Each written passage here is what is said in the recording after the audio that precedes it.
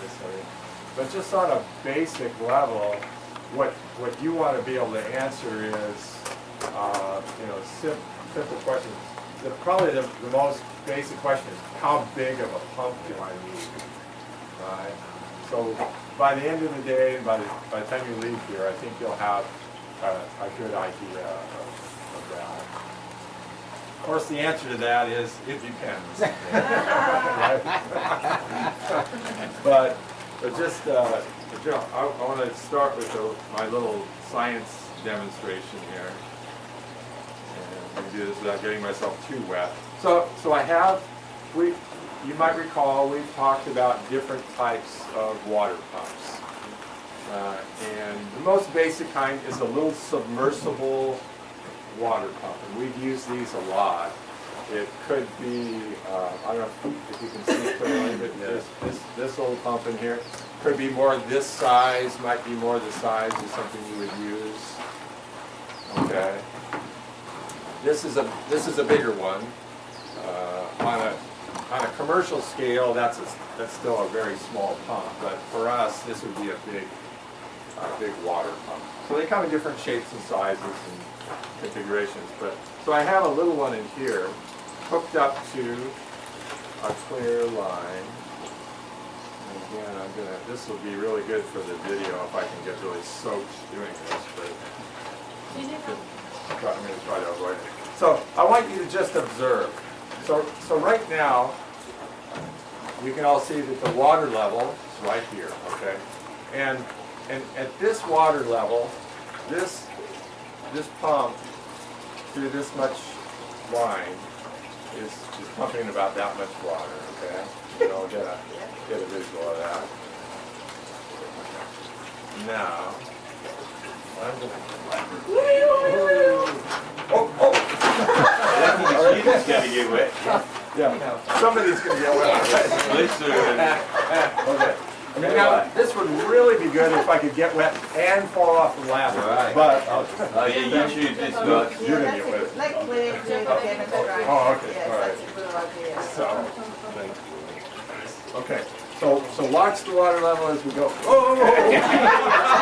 Swimsuits required. Yeah, swimsuit. Okay. Notice what's happening. Yes, it's not pumping as hard. Yeah.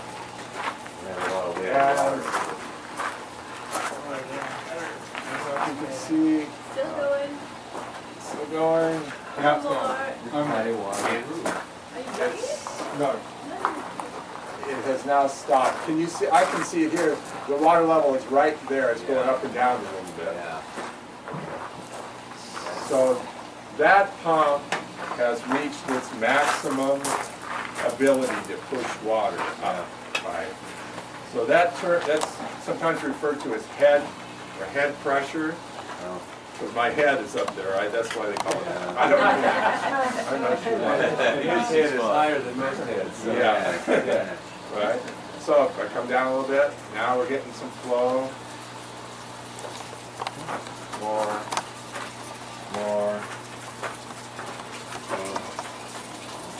Good. This is why we do this outside. And now again, I'm about at the maximum flow rate. Just right at this water level, and that's what's bringing that. Okay. So another way to just kind of imagine that is think about if I have, say, I'm going to unplug this so I don't get a surprise. That's my little aquaponics unit at home. Oh, nice. Oh, yeah, cool. With a couple of trays, just 2 trays this time. Well, this is yours, actually.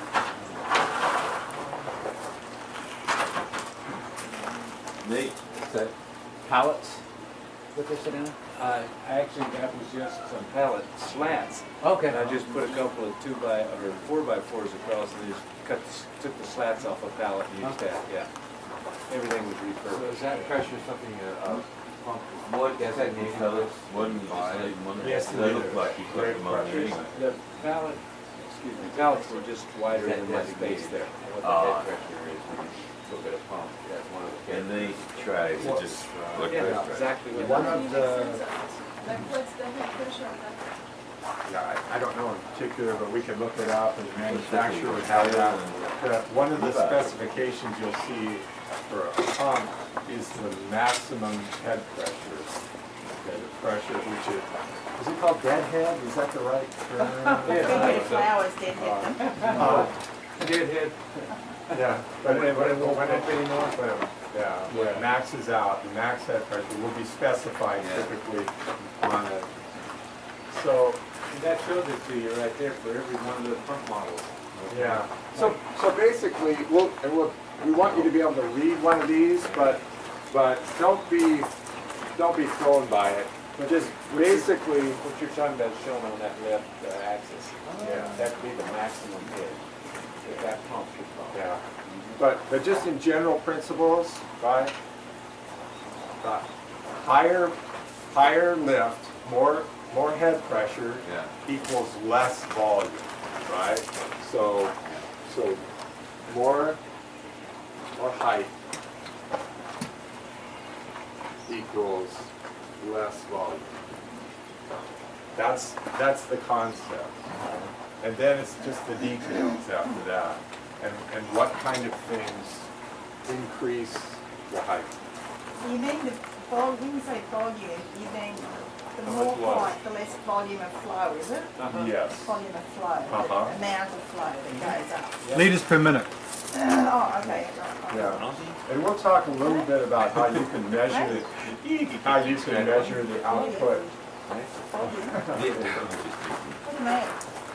Here's a pointer for us. About what? Oh, Yeah, that's good. About how you can I don't measure think I the can do it volume now. of your pump. I don't, That's my three checks. I thought you were looking for live action. Yeah. I don't understand this. That's right. So good. No, that's right. There you try and unpack my terms. Yeah. It was a joke that it wasn't funny. Dramatic, right? I mean, every little bit more you go up. Well, for a second. And then the bottom cupboard. Yeah, depending on the size of your pump, you know, if you have a larger capacity pump that can go to 10 feet, then a foot or so down here is going to really be significant. So But if you have a pump that's kind of minimal, But volume can also be in then it could be Put a significant. lot of air of the pump to be on it. to be mounted to be. Yeah, I think there'd be more electrical Yeah, use. fair enough. Yeah, For right. one thing, if you're outside of the kind of sweet spot, power curve of that motor, then it's putting more of a load on the electrical motor and it's going to use more electricity. As far as wear on it, I'm not sure.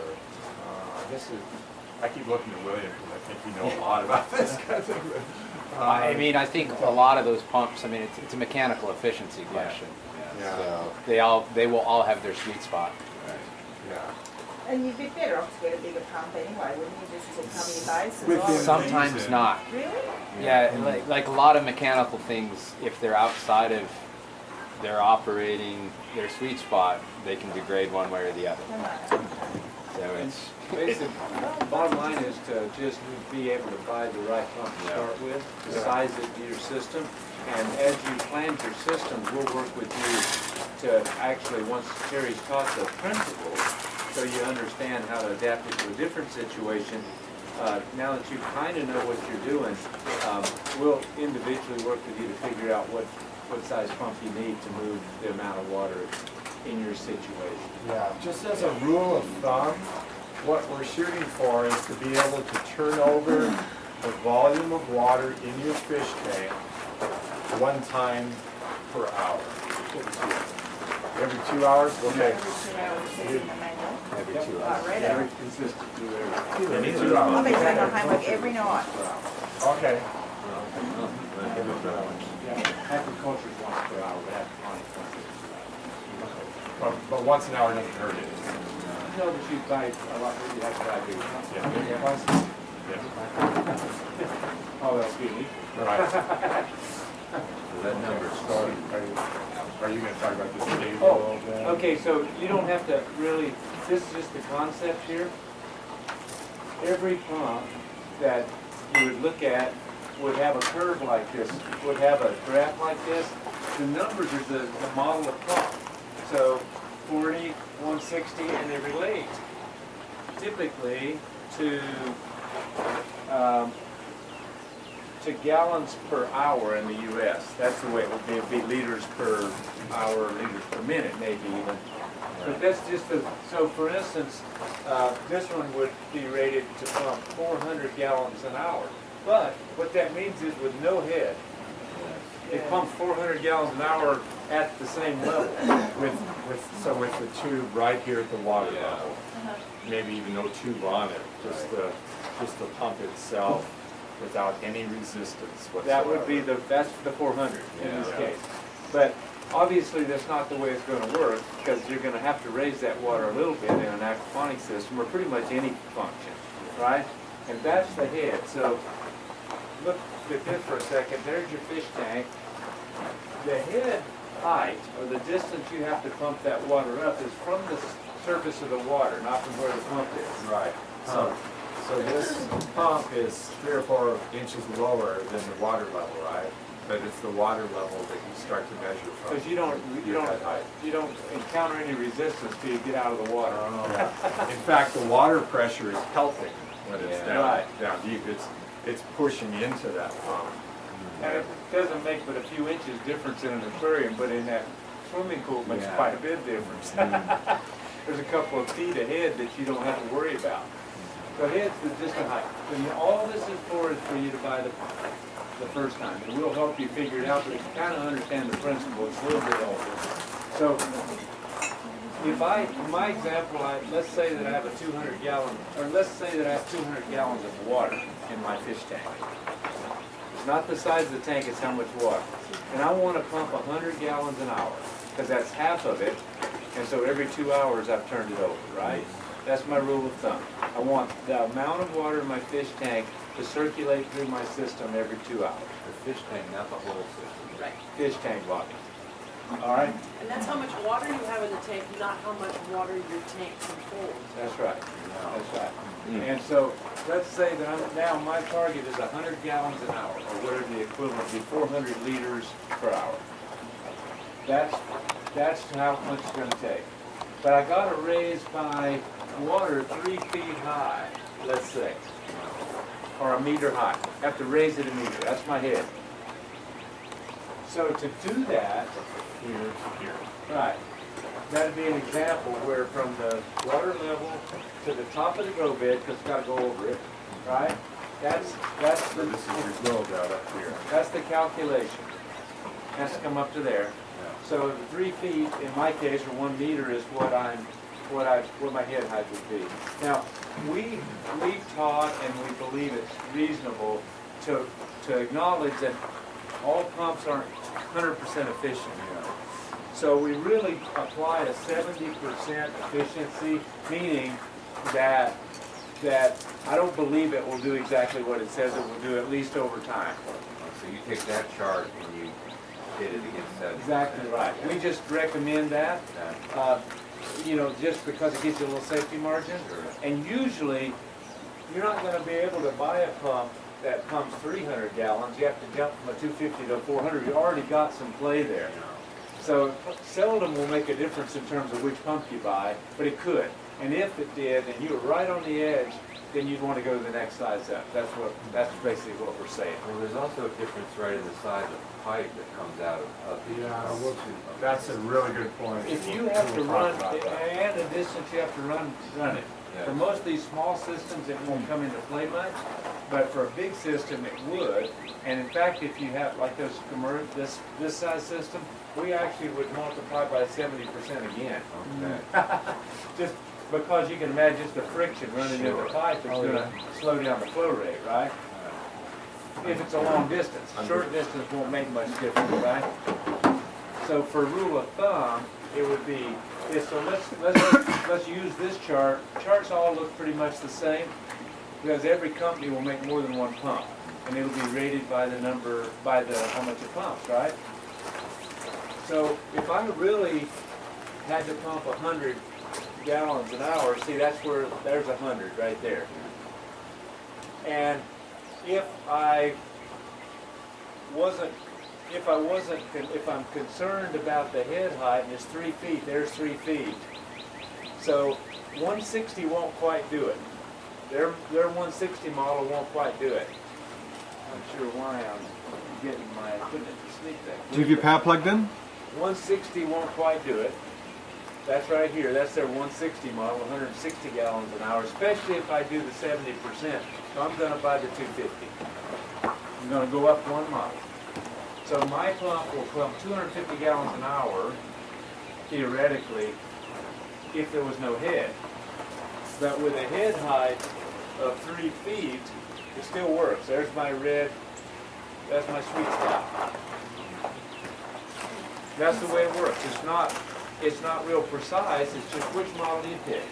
And if I picked 160, probably it won't quite be enough. And you don't want to find out after you get home and get all hooked up and dang it, you know, not quite enough. And especially because in small systems you want to have a flow rate that makes your siphon work well. And even if the water's trickling in, it might not be enough to make your siphon work. So you want to go a little bit bigger. That's the idea. So there's nothing more than that to this.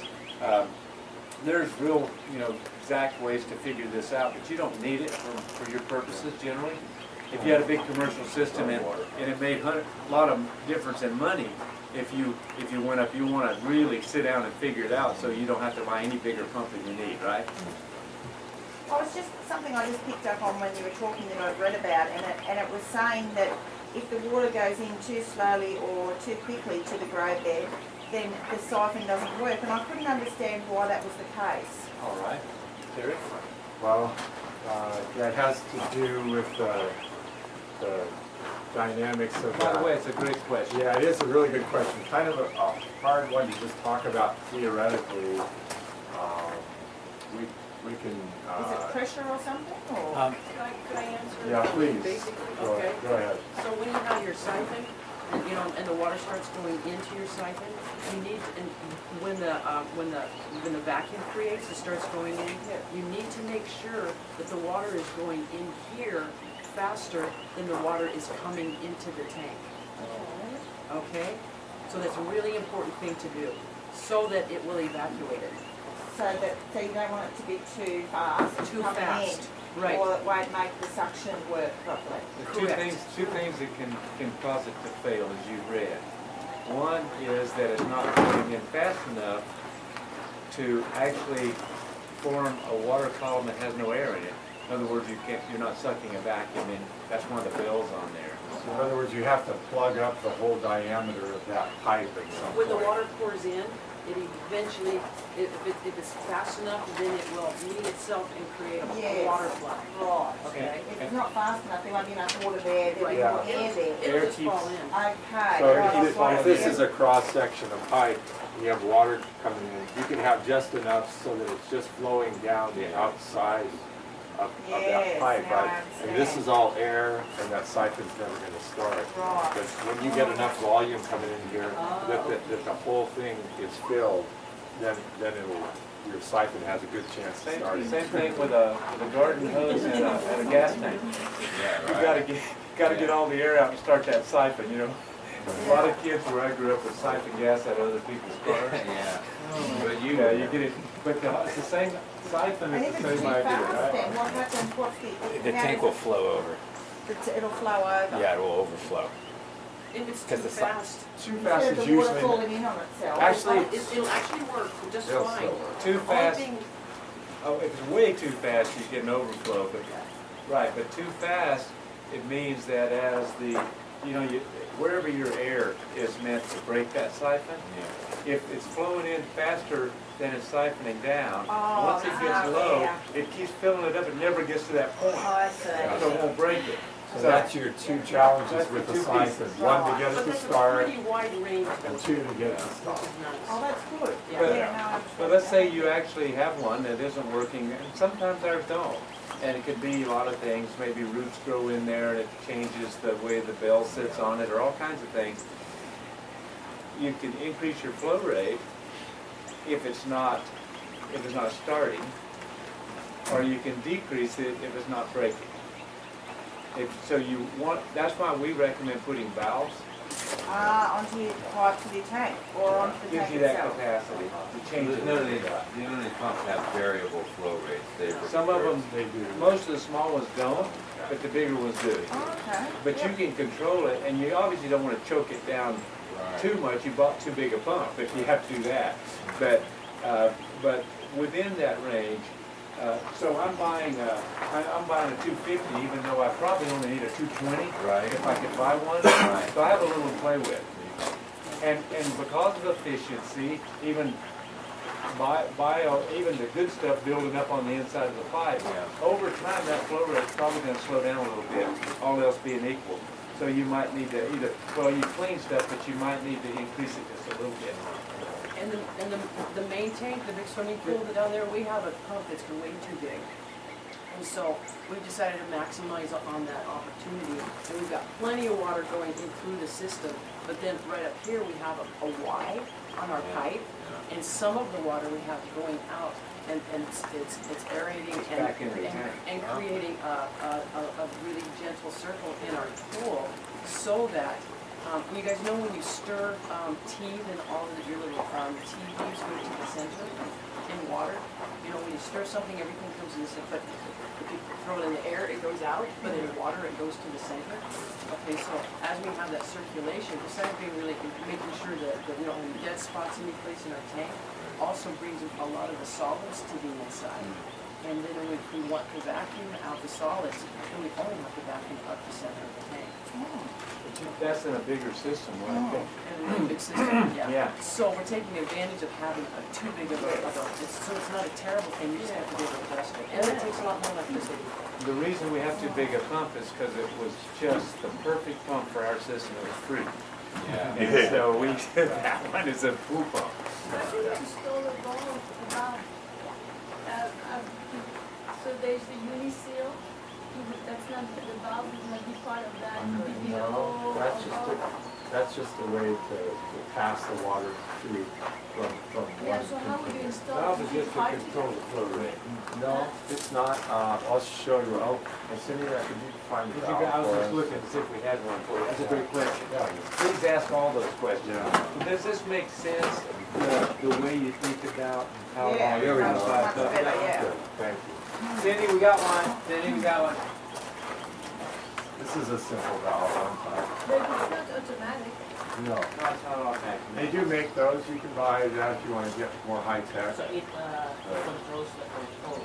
See, it lets more water in or out, or less. Oh, to adjust the level of the water. Just to- I see, the I see. flow rate. I think it was a valve that You guys every don't know time about there was a siphon. Just had it in your pocket, that's pretty impressive. Typically, in high systems, we'll make you wouldn't have it. Okay, good. That's what That's we're more, talking about. yeah, that's way more complicated. It could be done. So, Pass it around like you're interested. So why it is necessary to put like a bulb on it? what's the subject? Are we talking about the- siphons now or what? Oh my god. Yeah, it's really the siphon. Oh, okay, so we're still on the subject of siphons, not on pumps. Yeah, So what's your question about? Yeah, they got the bulb. A siphon will typically not have a valve. Oh, okay. No, the valve would be controlling the flow rate of water so that you could then affect the way your siphon works. But the siphon itself doesn't have a valve. So it is Yeah. Not directly. So just, the subject in general is how to have a pump that is the right size for you without being so big that it's a waste of energy or that it's overdriving your system, which is usually not the problem. But it's big enough so that you get a large enough volume flow. And I have to say that in our experience, it's not super critical that you have the perfect pump for your system, because those two big grow beds there, the two long ones, they used to be supplied by a 1-inch diameter pipe that came all the way from down below and up to here and then divided off into the two beds. And the flow rate through our whole system was very, very low compared to what it is now. We increased it. We had a friend that made this set up this pump and system for us, and he increased our flow rate by about 600%, and now it's where it should be. And we noticed the response. Yeah. Healthier system. Yeah, healthier system, but it still ran Still for worked. years Yeah. at the other rate. So I'm just saying, it's not something you have to stress about. We'll show you how to, you want to get a pump that's maybe like we're talking in terms of a bit maybe on the big side of what you need, just to allow for different things that will slowly decrease the volume of water through your pump. And we can, and Vernon pointed out one of those is that your pipe can get, I have a good picture, I'll post it online. You can have a buildup of material on the inside of your pipe that causes more resistance. So let's talk a little bit. Are we good with this? I just want to, Yeah. on your picture of the system, you've got a picture of the system on there, an aquaponics system.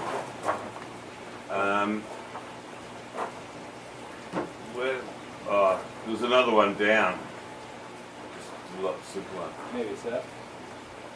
This one? Nah, it was actually down, yes. All right. A bit. You Yeah. tell me when I'm there. There. Oh, okay. So on that system, right, where's your valve thing? Where's your, The valve would be where the water is coming into it. right, So, where that arrow is? If you see over there, our intake, see the red handle on that one? Yes, Point it out. I That's did. where the water comes in.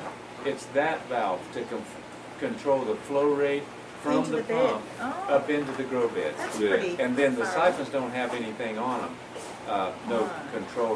That can control the siphon. If it's starting not to start, and we increase the flow rate a little bit, it'll start it. Yeah, right.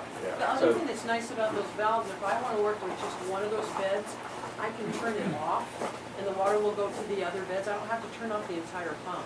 Yeah. I just turn that, and then I can work with that whole bed, whatever I need to do, and then turn the water back on. Or valves give you more control in the operation. And they're not that expensive, so it's just an additional thing. So thank you for clarifying that, because Uto had the same question. So it would be It's on that blue thing. somewhere on the, because this is where the water's coming in, which doesn't even exist on this thing, and it would be somewhere in here In that to line. control the water coming in. So after it's gone over Yeah, or as it comes in. Basically, it could be anywhere on that. as But- long as it's over the turn. Okay. Yep. On this side of the turn. Yeah. So we idea. illustrated, You were talking resistance. we illustrated where the higher we raise this, the lower the volume output of the pump, right? So the water was creating more and more resistance to the efficiency of the pump and the pumping action until we got it high enough that it stopped it. So there are other things that will create more and more resistance to your pump. And Vernon already mentioned that. One is the diameter of the pipe that you're pumping through, right? And one thing, I was surprised, if I have a half-inch pipe and a 1-inch, what do you think the difference, how much greater volume does the 1-inch carry than the half-inch? If you take a cross-section of pipe. So The this- obvious answer is double. Yeah. The obvious answer is double. That's wrong. Wrong. He got me on that before. Yeah. It's actually 8 times. Yeah, a 1-inch pipe will carry, the volume is 8 times the half-inch. So you run into, with a long run of pipe, the sides of the pipe create friction against the water and restrict the flow of the water. So there are formulas, and if you're interested, we could put it on the classroom to figure out how much resistance you get per foot of run of your pipe. And so that's one thing, is the diameter of the pipe. In general, if you can make your, we rarely ever do anything with half-inch PVC. It's so minimal. It will work. You can make a small system work with half-inch. We may have half-inch on that one, but I think we're all mostly three-quarter. But in general, if you can, of course, the disadvantage, the bigger pipe costs more. The couplings fit more, cost more. The, these right angles and things like that. But in general, if you're talking about the difference between using half-inch and three-quarter-inch pipe, which this is, or three-quarter and 1 inch, the cost is not going to be that significant. And go with the bigger diameter pipe. Pardon me? Yeah, okay. Yeah, that's a good point. Cindy's pointing out that there's also a difference between, in PVC, between this thicker walled pipe, which is called Schedule 40, doesn't matter that much, but, and then a thin walled pipe. They both have the same outside diameter, but the inside diameter is different. So the thin wall pipe will actually have a larger opening for the water to flow through, and therefore less resistance than, did you find something? Here we go. These are the same size on the outside, but Yeah, take a we look can how pass them down they are around. on the inside. And the thin wall is cheaper, and it is plenty strong enough for anything we use in aquaponics, because we're not pumping at high pressures. If we get 5 pounds per square inch on something, that's probably the top end. And it's rated for 100 or 200 or something like that. The thin wall is. So save money. Yeah. So it's only by the thin walls. Yeah. So the other thing is, going to be out. So what we're saying is that smaller diameter pipe equals more resistance to flow. So it's like if I have half-inch pipe, it might stop flowing when I got to here, but if I had 1 inch pipe, I could pump up to here and get the same volume, right? Just by illustration. So another thing that's going to create resistance to flow are these fittings. Okay, so if I'm pumping this water through this tube versus through this one, which one's going to get going to have more resistance to flow? The right one. Okay, right. You can see where there's going to be, the water's going to come through here, it's going to run into a lot of turbulence, create a lot of turbulence and friction at each one of these junction points, right? So this is a practical way for you to minimize the friction in your system if you have a run of PVC, and that's to use 245s instead of right angles. Okay, so you're kind of rounding out the curve and creating less resistance.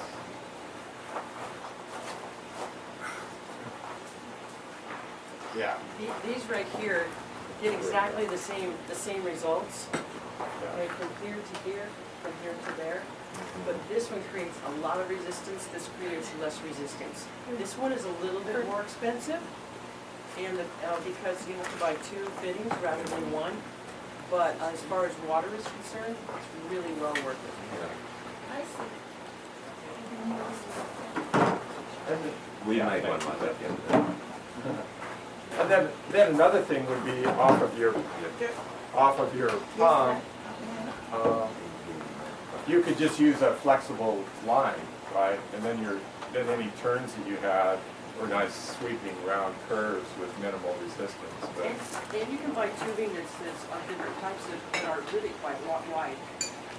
Well, one You thing can also about pay that, attention to design, actually minimize the number of. one thing about this is there's tubing made for a lot of different things. Some of it's a little not as flexible, and some of that gets brittle. But in the sun, in the Yeah. sun. So if you were gonna, I use some of this. I have a bigger one on mine at home, but it's in a place where it's shaded. And we've had smaller ones down here on our air pumps, and if they're brittle, they will break down. So this is a little flexible. Yeah. But if they're clearing, why would you have to keep them out of the sun? Because of the altitude. Very good. Yeah. Talking about things building up and plugging your pipe. Yeah, there we go. She's getting Exactly. Another concept, Not as dumb as I sound. another concept that we work with a lot is minimizing the length of run that our pump is pumping. So even, like I said, the inside diameter of the pipe creates friction to the flow of water, which equates to greater resistance, greater head height. So we try to minimize, and Cyndi kind of got us going on this on our systems. For example, where the main tank is down here, the pump there used to pump the 45 feet all the way up to the end here and empty into these things, okay? So, and it had multiple, when we got here, it had multiple 90s in it. That's what, maybe probably 8 or 10. And so we were pumping not only against kind of a thin, it was a 1-inch diameter pipe, which is not very big for the output of a big pump like that. It was very restrictive, and it had multiple ends. And we started out when we first got here, and we cut a lot of the 90s out of it and put in 45s, and that helped quite a bit. We measured the output, and it really improved it. But the big innovation was to cut out that long length of pipe by going straight up to an overhead tank, and then letting gravity carry it all the rest of the way. Okay? And then when you have gravity moving your water, if you have the pipe, big enough pipe to handle the flow of the water, then you kind of eliminate a lot of the problems with resistance to flow and all this, because it just so anyway, when you look around at our systems, we could go around and kind of take a look again. You'll see that a lot of times now, instead of pumping a long distance, we pump up to a height of tank that will allow water to flow by gravity through the rest of our system. So the reason we do that is to minimize the resistance to flow that the pipe gives the water. And with very few angles. And with very few angles. And right. where's that now? This is all 1, 2, 3, 4, these 4 beds are all that way. Yeah. There's the blue tank up there. The blue tank, It's up high, and they pump it up there, and then it comes down and gravity fed right across the bed here. Yeah. It's up almost in the rafters, I'm sure. actually, Yeah. 5 of our systems right now are like that. Yeah. Yeah. Yeah, we use that a lot. We'll give that example. And one of the systems Terry has, it's just pumping into a bucket this big. Yeah. Because all it is, because the bucket, In fact, you don't even need a bucket. right, the bucket is instead of an angle. So the water just pours straight into the bucket. And then the other pipe on the other side begins the gravity flow down. So there's just enough, it fills up this bucket and the water flows right out. So it's just kind of a little holding tank without ever even having to have a joint. So that tank does, all I'm saying is that tank doesn't have to be big at all. Next time we're down there, we could all jump up and look. Yeah, let's go look at it. Do you want to go look at it? Yeah. Yay! It's